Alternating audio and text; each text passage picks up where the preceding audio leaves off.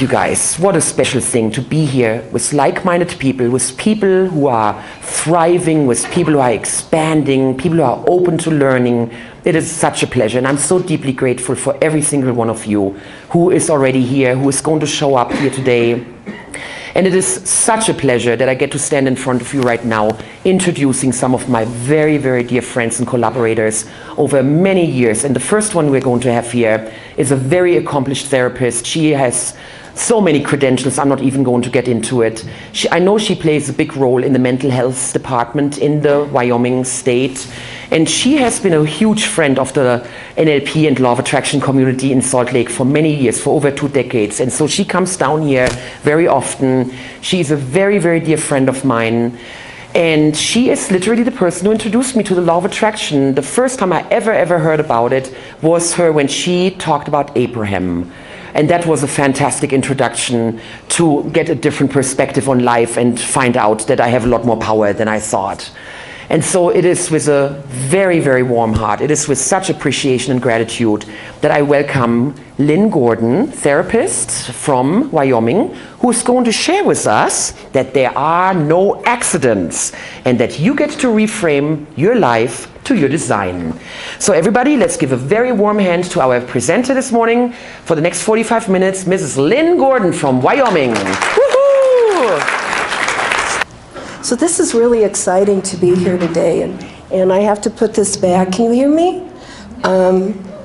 This began as a dream many years ago, but let me go back for a moment and tell you that while we were in training together at NLP, what happened is there are no accidents. My friend Linda and I were driving down from Wyoming. I come 569 miles to get here. And I have to tell you that I've done over 90 trips to Salt Lake since 1995, and I have enjoyed every one of them. And I now look forward to the drive as much as I do being here with my friends. So Linda and I picked her up in Thermopolis, and we were coming down. And the person with whom we were going to stay had a death in their family, so we couldn't stay with them. Called Christiane, who was my coach, and I said, "Can we do this? How can you help us out?" And she put us up on mattresses in her living room in Sugar House, right? And so we became fast friends, and we have done a lot of work together. And I was just thinking as you were talking,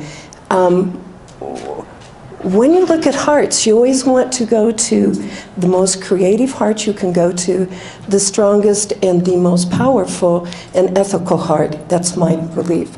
And we've had the opportunity to study with some really phenomenal NLP practitioners in terms of Susie Smith, Robert Dilts, and Tim Halbaum. I mean, we cannot have been blessed. But you see, those are not accidents. Everything lines up because of the law of attraction and what we want. So here I am standing today. I wanted something quick to help clients. And so the colleague I had, excuse me, he said to me, he says, "Lynn," he said, "with your mind," he says, "I really think you want to study NLP." And he gave me a book called Using Your Brain for a Change by Connie Ray Andreas. And I started reading it, and I began to immediately put things together. And what it's done, it has allowed me to come down a path I never thought I would be down 21 years ago. So this is a dream, and I was telling Christiane, oh my goodness, do you know what I remembered this morning? When we were in our Master Practitioner training, and she was my coach again, I developed a compelling future. One that really just draws you. And this was before Abraham, I guess it was right about the same time. And I created a compelling future of wanting to speak in front of people. And so you're part of my dream, and here I am, because there are no accidents. One of the things I am is I'm a recovering 6th grade teacher. So I have I'm still a certified teacher. So I pace back and forth, and good luck, Max. And I'll try to stand in one spot. But I usually ask, and I want 3 topics. Those are my notes I want to be sure to cover. And so they don't, it's so I don't forget. But over here, I've already asked 2 people in the audience, what do you want to get? I mean, I'm really flexible. I'm an eclectic learner. So in the 45 minutes, I have a lot of stuff to share with you, but I want to make sure that I cover that. So could I have one or two more things you want to get out of my talk? So I already have up here how to be aware it's not an accident, and another one is how to change your thoughts. So what do you want? One more. Yes? I would say, like maybe before we're going, okay, so when you're in a negative energy. Stand up and let me hear, because I'm. So when you're in a negative energy, and now going to sleep can reset it, but what are some other ways to help reset your momentum? Reset your, say you, Momentum, like your reset, okay. Anything else? Okay, yes.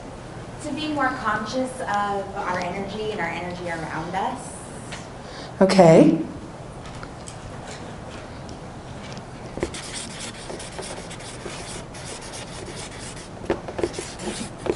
I'm going to begin there because I only have 45 minutes. So stop me if you want me to explain something further. Sometimes I start talking too fast, and because I'm a recovering 6th grade teacher. And I'll try to mostly stay somewhere, okay? So let's begin. The first thing you have to understand is that thought directs energy. When we get incoming information from source, or wherever we choose to get it from, our higher, you call them angels, soul friends, wherever it comes from, you need to know that it comes in and it hits on the inside. The first thing it does is create a wave within you, and then that wave goes to a thought, and then it goes to a symbol. So you begin to look for the symbols around you. One of the activities that we did when we were doing our first practitioner training is we had to bring in 3 objects, and I won't spoil the effect of what it was. But as I look back at those 3 objects, one comes with me every time. And seriously, it's a curling iron bag. And so every time I look at that bag, I remember the beginning of where I was going, and it was one of the symbols of what I needed. Thought directs energy. Anything you think begins there. So if I were to throw out a piece of, I do this, I have these little squares in my office, and so pretend I have a great big piece of chicken wire. And I'm going to throw out that piece of chicken wire. I did it last week, pretend, because it's fall. What am I going to find from that chicken wire at the beginning of spring? Or the middle of spring? What am I going to find? What's going to happen? Pardon? There'll be growth around it. There will be growth around it and in it. Stuff will go through, debris will have landed in there. And that's what our thoughts are about.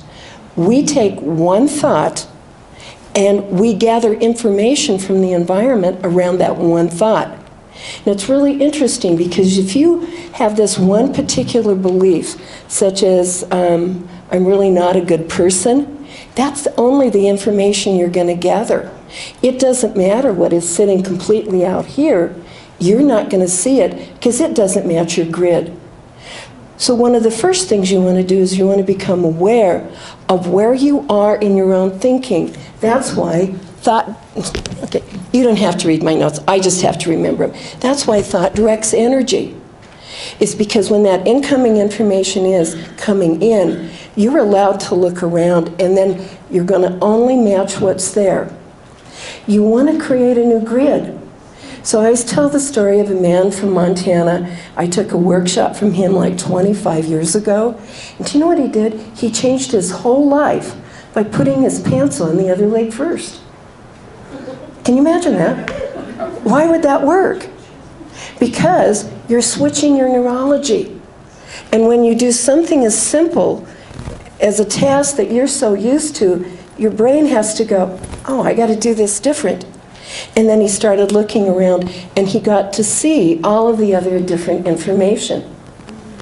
So one of the things you can do, because you asked about reset, here's one of the simple things you can do. So you can take a piece of paper, you can put it on here. I have yellow stickies. My life is organized by yellow stickies. So imagine I put a yellow sticky up here with a thought or a picture, whatever the symbol is, and then you look at it from one side and cover your eye, Look at it with both eyes, and then look at it from the other side. Because you can start getting different information from both hemispheres of the brain by simply looking through one eye. Got it? I mean, it's how do you switch that neurology completely? How many of you know brain gyms? So you just cross your legs, put your hands like this, and breathe in through your nose and out through your nose. And the reason you're doing that is you're now working both hemispheres of the brain bilaterally together, and your brain has to reorganize more differently. Just very simple things, because anytime you shift inside your head and your brain, you're going to be doing it differently. So you always want a new grid. You always want to be able to see where that grid is going to go. So if it's not working, you say to yourself, because here's the really tricky thing you need to understand. On any given day, you're going to have between 60 and 70,000 thoughts. 90 to 95% of them are no different than the day before. So when these grids, these beliefs, start getting established inside of you, so let's go back to the chicken wire. If you came to the chicken wire a year from now, that chicken wire is going to be meshed completely down into the grass. You're not even going to see it probably. And so imagine that 4 or 5 years from now, even if there was a remnant of it right now, it's going to be gone. And that's what happens to our beliefs, because our beliefs lay down inside our subconscious mind, we gather information about them, and they disappear. When they become totally unknown to us, they become our paradigms. And our paradigms are typically not available to us. I mean, I have a paradigm, I'm a woman, that sort of stuff. But the deeper paradigms are laid down much earlier in life. One of the things that I do and share in this, I work in early childhood. It's exciting. Little kids have taught me so much.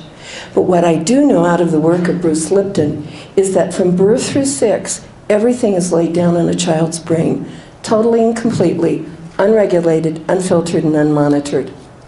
And so some of your basic beliefs go back there. For years I used to say that it was the 4-year-old that decided who we were going to be as grown-ups. And then I learned about Bruce Lipton, and I know why. But think about this as we're laying down these beliefs and patterns so that they automate. There was a place in Middle East, and I need to look it up before I talk more about it again. I always say that every time. So they started excavating a city. And do you know what they found when they got below the city? Another one. And so they excavated the second city. And do you know what they found below that? Another one. They excavated 5 cities that had all, had been lived in and then abandoned, and then people built on top of it again.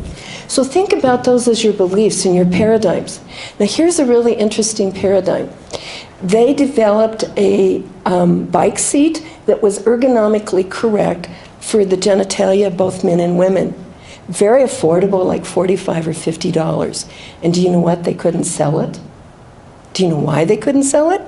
Because it didn't match our picture in our head of what a paradigm, what a bike seat should look like. We operate on all of these things very quickly. So here's another thing I want you to understand, is that everything begins with a thought.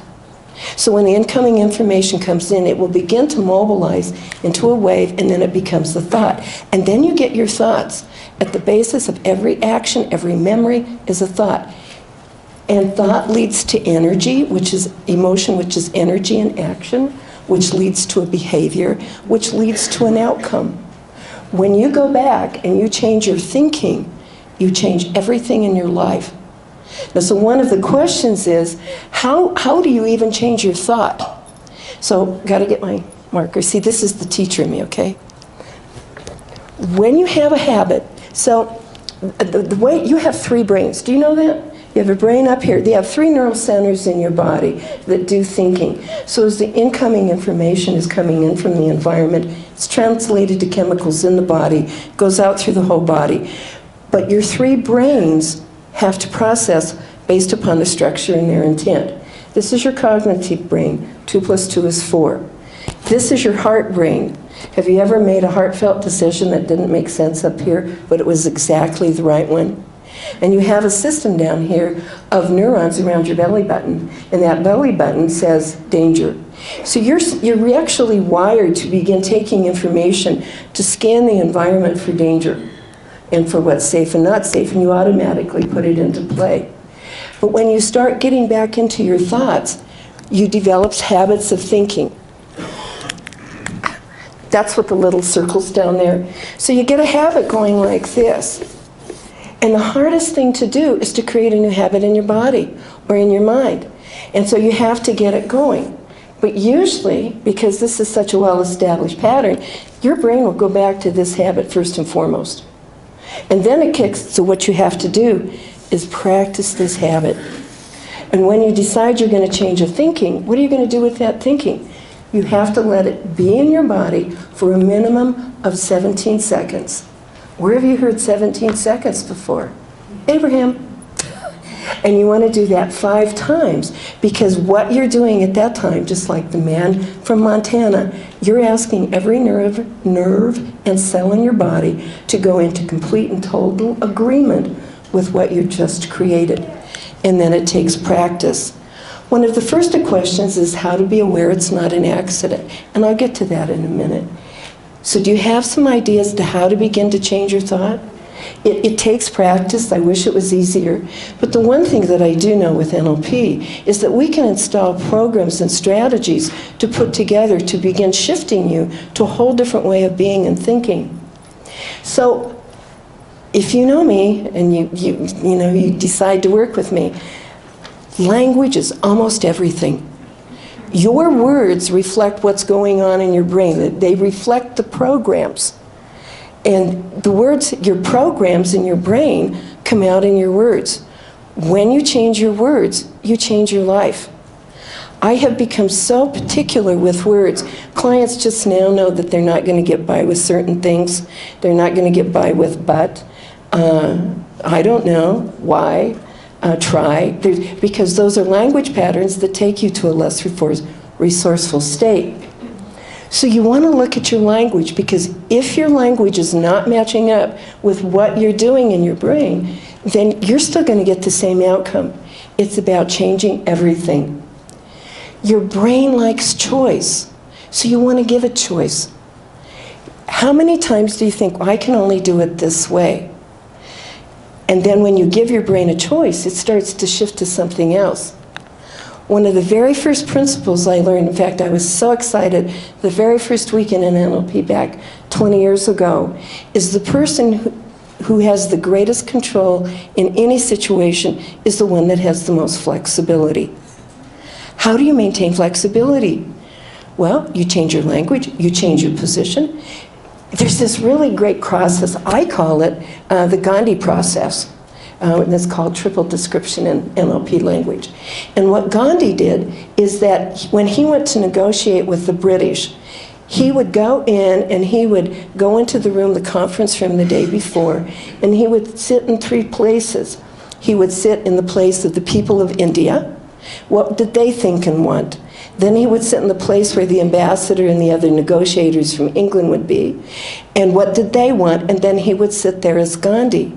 And that's what made him a successful negotiator, is how did he access different information? He created his own level of flexibility.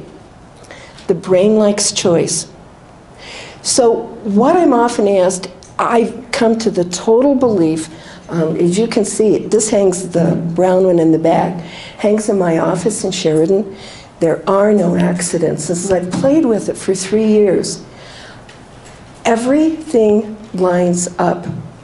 So now if I'm driving down the street and I decided that I'm supposed to go this certain direction, I just go. And usually I need to meet somebody or see something or something, because I now trust that incoming stuff from source is always going to be what I'm doing. And I now have the firm belief that there are no accidents. So let me take a moment just to step by for a second. And I want to talk about the tragedy in France. Now, how can you say there's no accident in that? It is not our job to sort out the meaning for everybody else. You only have to sort out what it is for you. What is the gift in the information? What do I need to know about what happened in France? Here's what I did when I heard about it yesterday. I paused for a moment and I said, I am grateful for my family and I pray for all of the people that are out there. So even though we have this tragedy and we don't have to make sense of why it happened, we have to translate it so that we have an opportunity at that moment to change our thinking. So how is it that we get caught up on gift, you know? I don't know that there's anybody older than me in this room. Well, maybe one or two, but... so I'm back at the age when plastics came in, and they were poor quality, you know. And my grandparents came out of the Depression, and they, you know, money had always been really tight, and as money became a little more fluid, I can remember one Christmas, I must have been in 5th grader, and Grandma gave us these things, now my mind's gone blank. What do you call the thing that you would look in here and it had a circle and you'd go like that? Huh? It's not a kaleidoscope. It's a viewfinder. And so you could go through the Grand Canyon, you could click it. And they were really high quality. I think they were probably $4. I mean, this is a long time ago, just last year really. She found some somewhere that were of really poor quality. And I can remember to myself, oh, these are dumb. I didn't like the gift. But as I got older and I began to realize that she had taken an extra $1 from my cousins and my brother and myself to make sure we had another gift under the tree at Christmas. Do you see the gift in it? We don't have to like our gifts. So this year, on the 29th of this month, I begin a very significant anniversary. I begin year 23 out of metastatic breast cancer. So why is that? I saw cancer as a gift. And so why is it a gift? It moved some things along in life. It put me into looking at a healthier perspective of how do I particularly change my thinking. So I got really particular with words.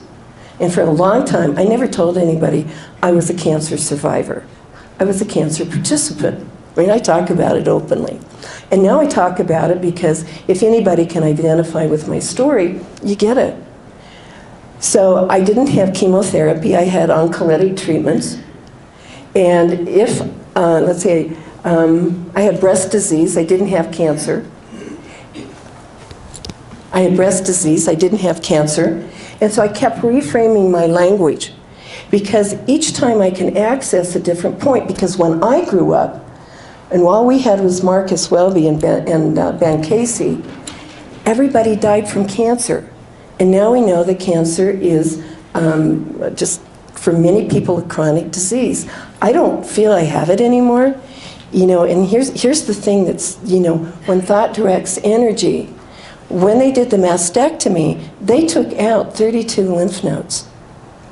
I don't have lymphedema, so if you understand the significance from that from a medical point of view. So where in my body have I told myself I don't have to have that? I get, and here's the thing, you want to give your brain choice. And a magic word to use, I'll come back quickly, is instead. Because instead is a word. So you have one half of the brain looking at one thing in particular, and then you go to instead, and the brain has to come up with something else. You've just given it a choice. Magic word, instead. So instead, I wanted life and vibrancy. I didn't want to die of cancer. Okay, I don't want that. Instead, I want this. And the brain then, like the guy from Montana, begins to start looking for other options and starts to find additional information. So that story was in '93, and in '95, I was given the gift of studying NLP. And it was truly a gift. I was newly divorced. I didn't have any money. And Anchor Point particularly gave me a scholarship and allowed me to make payments over 3 years to pay off my tuition. What a gift. you know? So if we look at the sequence of anything happens, we can also find the interconnectivity. So it's a choice. It's about what do you want to change? So as I stand here, this is my dream. You're standing as part of my dream. Because about 3 years ago, I came across, I studied with a woman from Montana, a very special woman, and I asked her about my memory, because sometimes I have memory gaps, you know, and I asked her, and she said, do you suppose that there's something you don't want to remember? No. So I sat with it, and I went and did some hypnosis with a colleague, and I came across the memory of walking down an alley. I grew up in Wheat Ridge, Colorado, Fort Collins and Wheat Ridge. And what I remember is that I'm in this alley, and it was very safe back then. It wasn't like, you know, trepidation now. And I don't know why I was at a party. I don't remember those. And the only slice I remember is the darkness in this alley. There was no moon. So I'm walking down the alley, and what I got in hypnosis is out comes a figure from a lilac bush. So you're all figuring it's not that. And the figure was in a cloak, pushed it back, and it looked like my brother. But there was a deep abiding wisdom with him, and he said, come with me. And inside of a building right there was some other people, and they were kind of like looking at screens, and they said to me, Lynn, this is what you're supposed to be doing. At that moment, and with everything I've studied, because I'm really an eclectic learner, I realized when there are no accidents, and that with everything I know, I have ways to help people not suffer. It's about, you don't have to suffer. How can you change? How can you put things together? So coming down here, I want to spread the word, you know, and I'm going to start coming down here probably in January, and everything's always dependent on the roads. You know, 569 miles, part of which is always going to be on I-80, and it's probably the worst wind tunnel. It's one of the worst highways in the United States in terms of wind and winter and snow. But I'm going to open a very small practice at the Bridge Tree Center, and it's on the back of the cards back there. Kana, who has the Bridge Tree Center, has a lovely place in Sandy. But I want to start working people because you don't have to suffer. If there's any way I can help people do that. So this is my dream. In the alley, I was told, okay, Lynn, you're supposed to stand up in front of people. You're supposed to do this, and you're supposed to lead initiatives.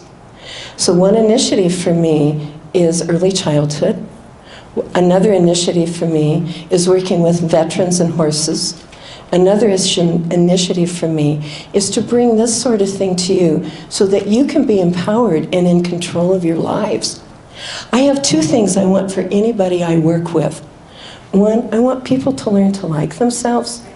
And then the second thing is that I want them to learn to make clear, informed decisions. How do you get to a particular decision? So one of the questions is how to be aware it's not an accident. It's easy. You assume everything is lined up.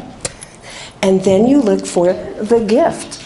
Whether you like the gift or not, you can learn from anything and everything. So this morning I was having difficulty putting on my necklace. I couldn't get the hook right. And so Kana, she said, do you want me to help you? And I said, no. Let me do it because I have to be able to always learn to hit the hook. And it's a new way for my brain to have another pattern. Everything is about learning. So I have 11 minutes. I'm going to let you ask questions because one of the things I can do, and I do. A quarter after? Oh my goodness.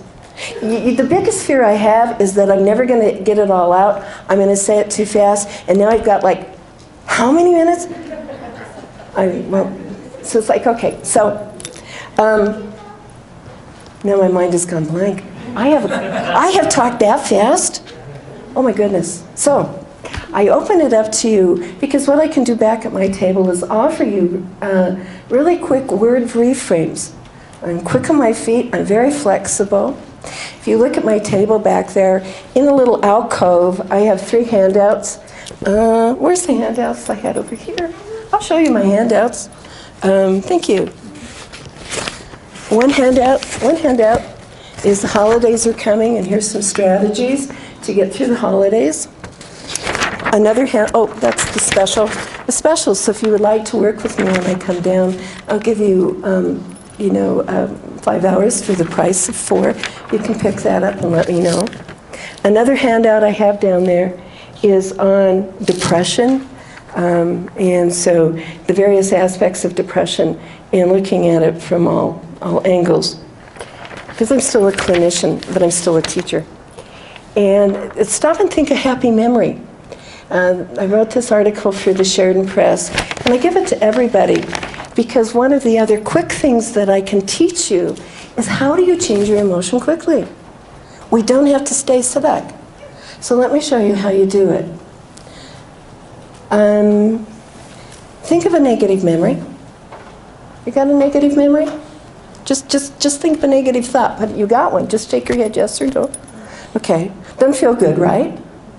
By the time that memory was in your thinking and you had that memory, the chemicals associated with that memory are already coursing through your body. You deliberately put that there because I put up the quest. So if we go back and you think, okay, now think a happy memory. You got it? By the time that feeling is in your body, it's coursing through it because you see your heart has its own neurology, its own electrical system, and its own hormonal system. Once your hindbrain stimulate, okay, so here's your brain, okay?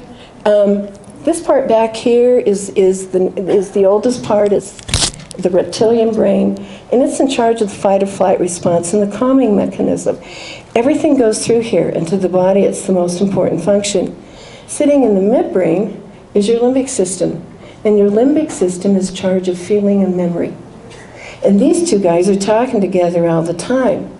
So when I had you pull up the negative memory, you went down here into this part of the brain and started putting up the negative chemicals. It's going out through the body. When you put the happy memory up there, it went over here and it put you up here into a positive place. Your hindbrain, your new brain back here, your old reptilian brain, the fight or flight response, actually responds to everything you put in your brain. You change your thinking every time you go around. What can you do to think simply?